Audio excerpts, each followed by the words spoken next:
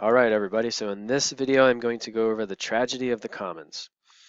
So first of all, an overview. What is some questions we will answer? What is the tragedy of the commons? How is pollution a tragedy of the commons problem? What impacts could laws, private property, and taxes have on limiting the bad outcome of the tragedy of the commons? All right, so Tragedy of the Commons was written by a gentleman by the name of Garrett Hardin. This article, which was posted on the course, is a very, very famous article in the history of development and sustainability and so forth. So a lot of people know about it. It's actually an economics related article. So this is really, really, really well known out there in the sustainable development world. And keep in mind it was written in, I think, 1967, so the example that he uses is a little bit antiquated, but that's fine. It still works today. Okay, so first I want to lay a little bit of a foundation here. So the two main terms here, tragedy and commons. First of all, what does Hardin mean by tragedy? And this is how he defines it in the article. As the essence of dramatic tragedy is not unhappiness. It resides in the solemnity of the remorseless working of things. So go ahead and press pause and think about what that means. Really what he's saying here is that we're not talking about, this is a really bad accident, or, crappy things happen, that's a tragedy, I got into a car accident. No, for him, it's very important in this context. For him, tragedy means basically the way things are set up, something bad is going to happen. And that's really what it is. By the nature of the way things are set up, it's going to end badly. Okay, so that's tragedy. It's this inevitable, downward slide into something really bad. All right. The second, the way he defines commons, he's really referring to open access resources. So nobody owns it. Nobody says you can't use this, you can't use that. There's no laws that protect it. It's just commonly shared, and nobody's telling you what you can and cannot do with a resource. Okay. And this could refer to a resource that you take things from or something that you dump things into. And as he says, the sort of the inherent logic of the commons is the problem. So the way that these commons operate in his examples is a tragedy because it's just set up for failure. And I do want to point out that others define commons differently, and we'll actually go over a different definition of commons later. Okay, so his example is cattle ranching, something I'm sure you're all very familiar with. But it's a little bit antiquated, but it works. So I want you to think about, try to remember what he wrote. And here's how he explains it. Okay, everyone, there's a group of people that using a field of grass. It's finite, it's limited, it doesn't matter how big it is, but we have this field of grass.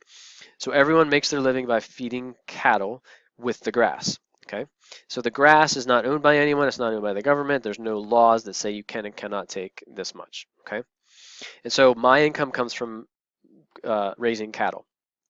So if I add one cow to my herd, I gain all of the benefits of that one cow. So you could think of it as I gain one cow's worth of benefits, if you will. Okay, so pretty common sense. I get a cow, I get the whole benefit. Now here's the rub.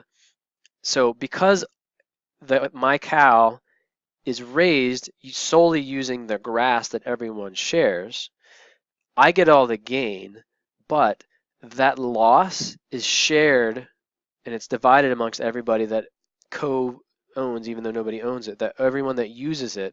So I split the losses with everyone else. So to summarize, I get the whole gain, but I split the losses. And just as an example, if there's 100 people using this field, I gain the whole cow for myself. I get all of the benefits from the cow, but I split that loss, the loss of the grass, between 100 people. So it actually divided by 100. So I actually gain 1 and I only lose about 1 out of 100 or 1%. Okay. And so the basic premise here is that I stand to gain more from overgrazing than you stand to lose. And this goes for everybody that has cattle using the property in common. And so this is all, the system is based on personal utility, and this is important, is that this analogy requires people to be acting in their own self-interest. So this is how our current economic system sort of functions. This is how most of our economic models work. They're based on individuals making decisions that maximize their personal utility. And so when we run these economic models, for the most part, it's basically, okay, the people in this situation are going to make decisions, and they're going to make those decisions based on maximizing their own benefits. Okay, and so it sort of sound like this invisible hand. Remember, going back to Adam Smith and the invisible hand, the premise is everybody acts selfishly and society benefits as a whole. Okay, so I want you to think about what happens in this sort of setup. We're acting on our own self-interest. I stand more to gain than I stand to lose. So go ahead and press pause and think about what the ultimate outcome. And as Hardin says, the rational herdsman concludes that the only sensible course is to pursue to add another animal to the herd and another and another. Okay? As he says, we're compelled to increase the herd without limit in a world that is limited. So you can see why this could be a problem. And so the summary here is that in a system based on personal utility, so as long as I'm acting in my own self-interest, there's actually an incentive to overuse these resources for short-term gain. So I get, again, I stand to gain more than I stand to lose at the expense of long-term viability. And that's the essence of the tragedy here. Because of the way this system is set up, it's based on personal utility. I'm maximizing my own good, okay? And the fact that no one is telling me I can't do it. There's really no feedback saying, well, you can't do that, okay? It's an open access resource. So the bottom line is that actually a rational, quote unquote, rational person will say, I can actually gain a lot more by adding a cow than I lose. So I'm just going to keep adding more and more and more, okay?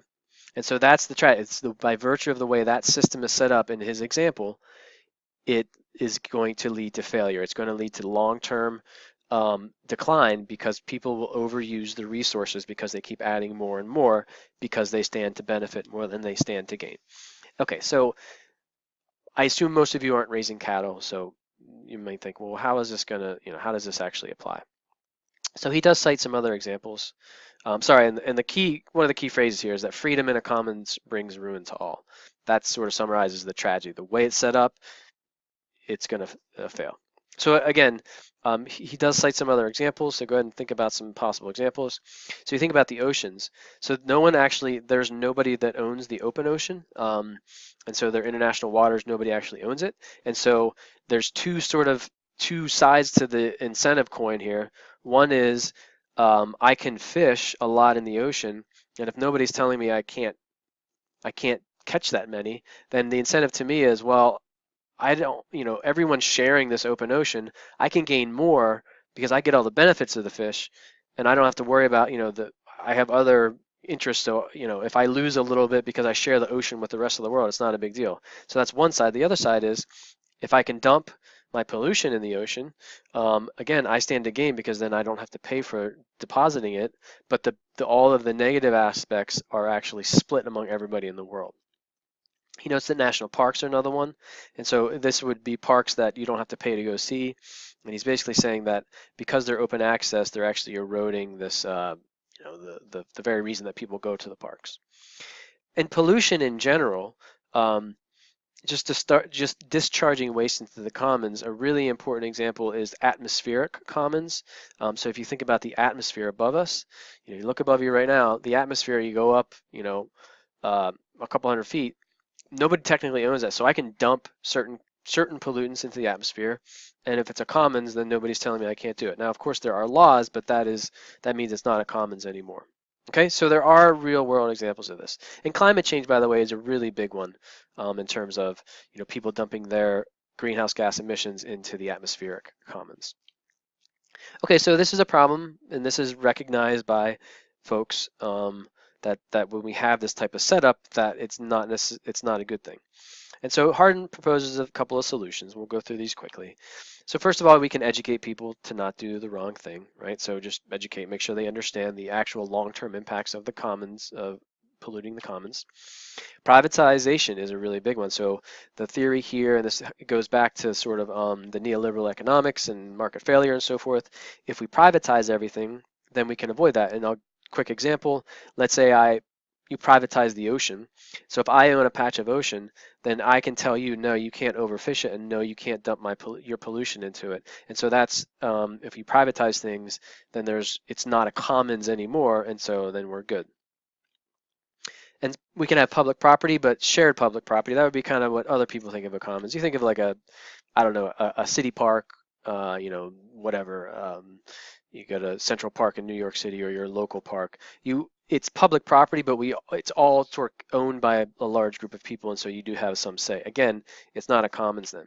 He also mentions that we could pass some laws, so like tax things that pollute the commons. So the theory here is just to make it cheaper to prevent the pollution than to actually emit the pollution, and that's largely what environmental laws do. They're designed to incentivize not polluting, so that it's a rational decision for a business to say, you know what, instead of getting fined for emitting my pollution, I'm just not going to emit it in the first place, and it's an incentive to not pollute. But keep in mind that he mentions that private property can promote polluting the commons, and I want you to think about how private. So let's say I own my little patch of ocean. How could that actually incentivize polluting the commons? And if you think about it, if I own a patch of water and I can say, you know what, I don't really care about the future of this. You can dump all you want, just pay me my money. You can pull out all the fish you want, just pay me my money. So there can be an incentive to actually get to diminish that resource as well. And also, it's important to think about equity. If things have all of a sudden everything's privatized, everything costs money, then that eliminates the possibility of people without resources to enjoy it. Okay, and so overall, he says, we're locked into this system as long as we behave only as independent, rational, free enterprisers. Okay, so again, it's a tragedy. This is going to happen if it's a common pool resource. If we don't change the way we manage it. And so there's also some sticky questions like can we allocate the ocean? Can we privatize the air? Can we privatize all land? Is that a good idea? Do we know how much is left? How many resources are left in the ocean and so forth? And private property may or may not be the answer, and I'm not going to get into a lot of details here. And you think about I'll leave it to you to think about how the tragedy of the commons relates to the 3 E's and how free marketers would feel about the fact that there is a commons problem. Okay, so the last thing I'm going to go over here is 4 strategies to avoid sustainability problems, including the tragedy of the commons. So the first one is privatization. So I mentioned this. Again, so privatization means everything is owned, absolutely everything. And so the theory here is that if I own something, that I can, again, this goes back to, if you remember back to the market failure, as long as we have a fair court system and everything, then if you mess with someone else's property, doesn't matter if it's air, if it's water, if it's trees, whatever, then you can actually, it's managed, so you can, it's illegal to mess with someone else's property. Okay, so there are a lot of examples of this. Feel free to look up free market environmentalism if you'd like. That's a really rich field, and that kind of advocates for this. So there's kind of 2 types of regulation. And keep in mind, just so you know, the privatization, as we discussed before, there has to be some laws, at least to make the courts fair, so that it's not like a anarchy. But privatization and having very strong private property rights is really important. Okay, so a little bit of regulation. So you can do this something called what's more considered kind of like non-market regulation. And basically this is you're banned. So the law prevents you from doing something entirely. So the penalties might be so severe that it's effectively presented jail time, whatever. So you think of like the Endangered Species Act would be there are certain, if the endangered species lives in an area, you absolutely cannot build on that area. You cannot extract from that area, whatever. So that's like you just can't do it. So that's non-market, what's sometimes referred to as command and control. Whereas market-based regulations are generally considered economic incentives. And so for this one, what you do is you pass laws that influence markets. So you're okay, you want the market to do its thing, but you pass laws that sort of shift the market in certain directions. And so there are a couple of examples of this. So you can create a market for something or make it more expensive. Okay, so like if you say, well, here's a system of fines. If you pollute your local waterway, here's your fine. And so that's sort of what Hardin mentioned when he said you make it more expensive to pollute than prevent. And so if you have fines that are large enough, and you got to find the right price point, but if you have fines that are large enough, then the idea is that companies or individuals will say, to avoid that fine, it's actually smarter for me from a market perspective, actually from a personal utility, to not emit the pollution. Okay. And the flip side of that is you could subsidize things that you want people to do, right? So like renewable energy is a good example of that. We have sort of incentives for renewable energy, and that's the government sort of steps in and says, okay, we're going to give you a little extra for this, but we'll let the markets decide after that. And so that's kind of a middle ground. So cap and trade or carbon taxes are a big one, taxing air pollution from factories. There's all kinds of ways to do that. But the key here is that it's regulation based, but what the regulation is meant to help sort of shift the market a little bit, but let the market do its thing.